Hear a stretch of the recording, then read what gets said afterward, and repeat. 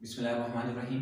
अस्सलाम वालेकुम स्टूडेंट्स, मैं सर कमर और आप देख रहे हैं कमर एकेडमी। स्टूडेंट्स, आज हमारा बिजनेस मैथ के टॉपिक फैक्टराइजेशन का नया टॉपिक होगा। तो सबसे पहले हम क्वेश्चन को रीड आउट कर लेते हैं और उसके बाद हम सोल्यूशन पे आएंगे। स्टूडेंट्स, हमारे पास क्वेश्चन नंबर 3.20 है। 9x² minus 6x minus 8 equal to 0। Students, हमने क्वेश्चन को रीड आउट कर लिया है, अब हम इसको सॉल्व करते हैं। हमारे पास क्वेश्चन नंबर है 3.20 और इसमें हमारे पास कह रहे हैं 9x² minus 6x minus 8 equal to 0।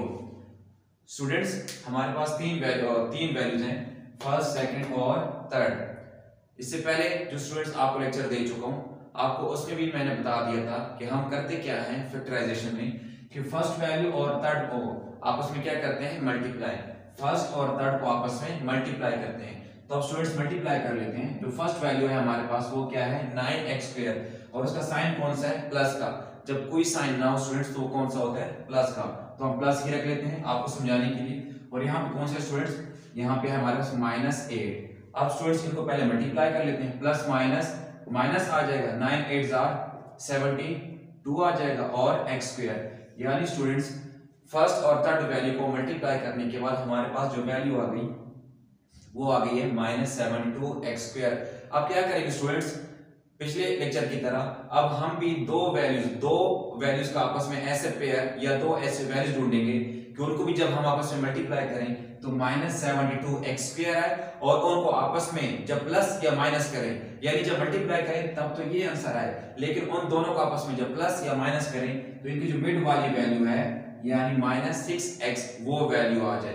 तो अब स्टूडेंट्स अगर हम देखते हैं तो हमारे पास दो वैल्यूज बनती हैं, एक हम कर लेते हैं 12 और एक कर लेते हैं 6। इसलिए स्टूडेंट्स इनको अगर हम पहले आपस में क्या कर लेते हैं, मल्टीप्लाई। तो 12 और 6 से अगर मल्टीप्लाई करते हैं तो टेबल के मुताबिक 72 वैल्यू आ जाएगी। इट्स मीन ये स्टूडेंट्स यहां तक तो बात बन जाती है कि मल्टीप्लाई करें तो 72 आ जाएगी। और फिर स्टूडेंट्स अगर हम 12 में से 6 को माइनस करते हैं हमारे पास क्या बच जाएगा, 6, जो कि हमें 6 ही चाहिए। इट्स मीन स्टूडेंट्स ये पेयर बिल्कुल सही है, लेकिन स्टूडेंट्स आपने साइन का जरा ख्याल रखना है।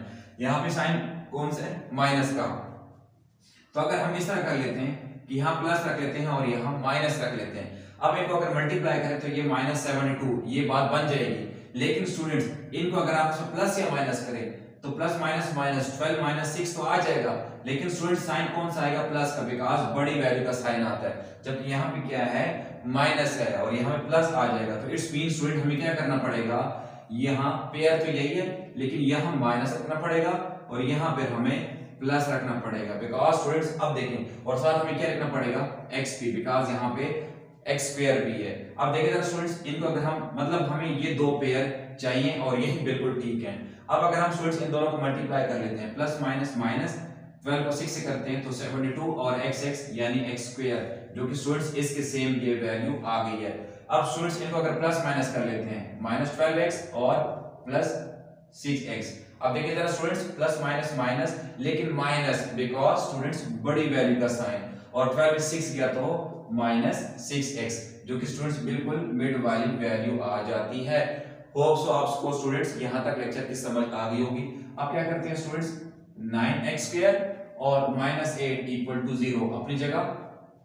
फिर हमने स्टूडेंट्स पिछले लेक्चर में क्या किया था, जब हमने पेयर ढूंढ लिए थे तो उन दोनों वैल्यूज को वो जो मिड वाली वैल्यू थी उनकी जगह लिख लिया जाता है। तो हम क्या कर लेंगे, -12x प्लस 6x। ठीक है जी। अच्छा स्टूडेंट्स यहाँ पे एक बात नोट रखिएगा, ये जो मैंने प्लस -12x ये पहले लिख लिया और 6x बाद में लिख लिया, तो ये आपकी मर्जी है, प्लस 6x पहले लिख सकते हैं और 12x बाद में भी आप लिख सकते हैं, यहाँ पे आपकी मर्जी है, कोई फर्क क्वेश्चन पे नहीं पड़ेगा।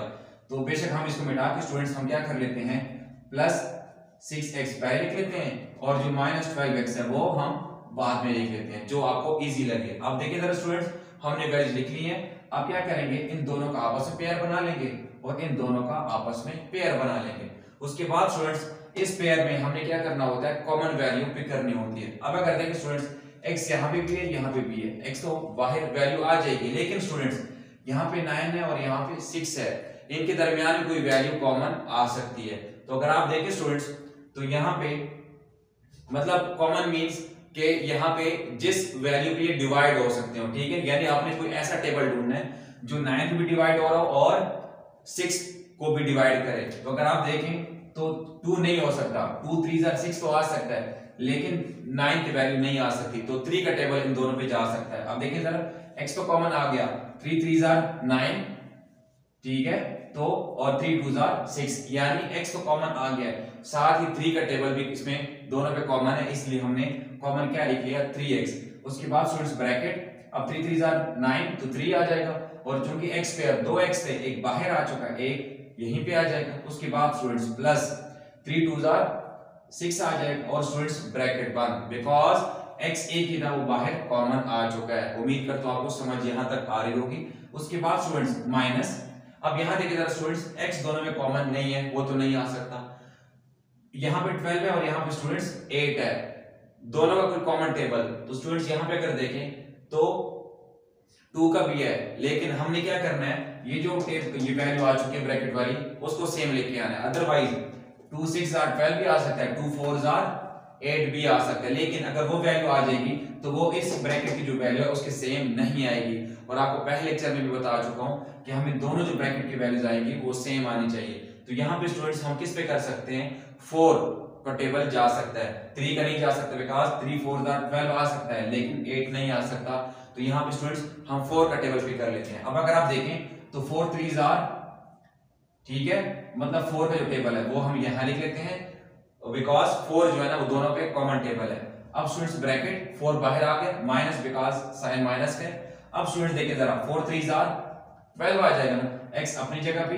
उसके बाद स्टूडेंट्स जरा और से देखिएगा, आपने माइनस का निशान नहीं लगाना, बिकॉज अगर आपको मैथ का रूल का पता हो तो माइनस में जो नेक्स्ट साइन होता है वो क्या हो जाता है, चेंज हो जाता है। तो स्टूडेंट्स बाहर क्या है माइनस, तो माइनस माइनस क्या हो जाता है, प्लस हो जाता है, ठीक है। नहीं तो यहाँ देखिए प्लस है तो ऑटोमेटिकली हमें प्लस आना ही चाहिए। अगर आप यहाँ माइनस लगाएंगे तो क्वेश्चन आपका गलत हो जाएगा।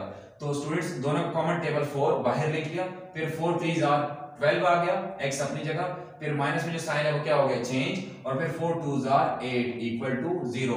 अब अगर आप देखिए स्टूडेंट्स दोनों ब्रैकेट के वैल्यूज क्या है, सेम है। देन आफ्टर स्टूडेंट्स जो ब्रैकेट के वैल्यू उनको भी कॉमन ले लेते हैं, एक ही दफा लिख लेते हैं, और उसके बाद जो बाहर के वैल्यू है 3x माइनस 4 इक्वल टू 0, इनका अलग से टेबल बना लिया, मतलब जो ब्रैकेट में, और इनको अलग से कॉमन ले लिया। उसके बाद students 3x plus 2 equal to अलग से 0 लिख लेंगे, और यहाँ पे 3x माइनस 4 इक्वल टू 0 अलग से। फिर स्टूडेंट्स 3x, ये प्लस 2 क्या हो जाएगा इस साइड का कि माइनस 2, और फिर देखिए तरह स्टूडेंट्स 3x से क्या हो रहा है मल्टीप्लाई, तो इससे मल्टीप्लाई इधर क्या हो जाएगा डिवाइड, यानी -2/3। और यहाँ स्टूडेंट्स 3x अपनी जगह, जो -4 है वो इधर क्या हो जाएगा +4, और फिर स्टूडेंट्स 3 जो है वो x से क्या हो रहा है मल्टीप्लाई, इधर क्या हो जाएगा डिवाइड, यानी 4/3। तो स्टूडेंट्स आपको जो एक्चुअल आंसर आ गया है वो है -2/3 और 4/3। ये स्टूडेंट्स आपका आंसर आ गया, और यहीं तक आपका लेक्चर भी कंप्लीट हो गया है। उम्मीद करता हूँ आपको इसकी भी समझ आ गई होगी। इसके बावजूद भी अगर आपको कोई क्वेश्चन हो तो आप लोग कमेंट्स में पूछ सकते हैं।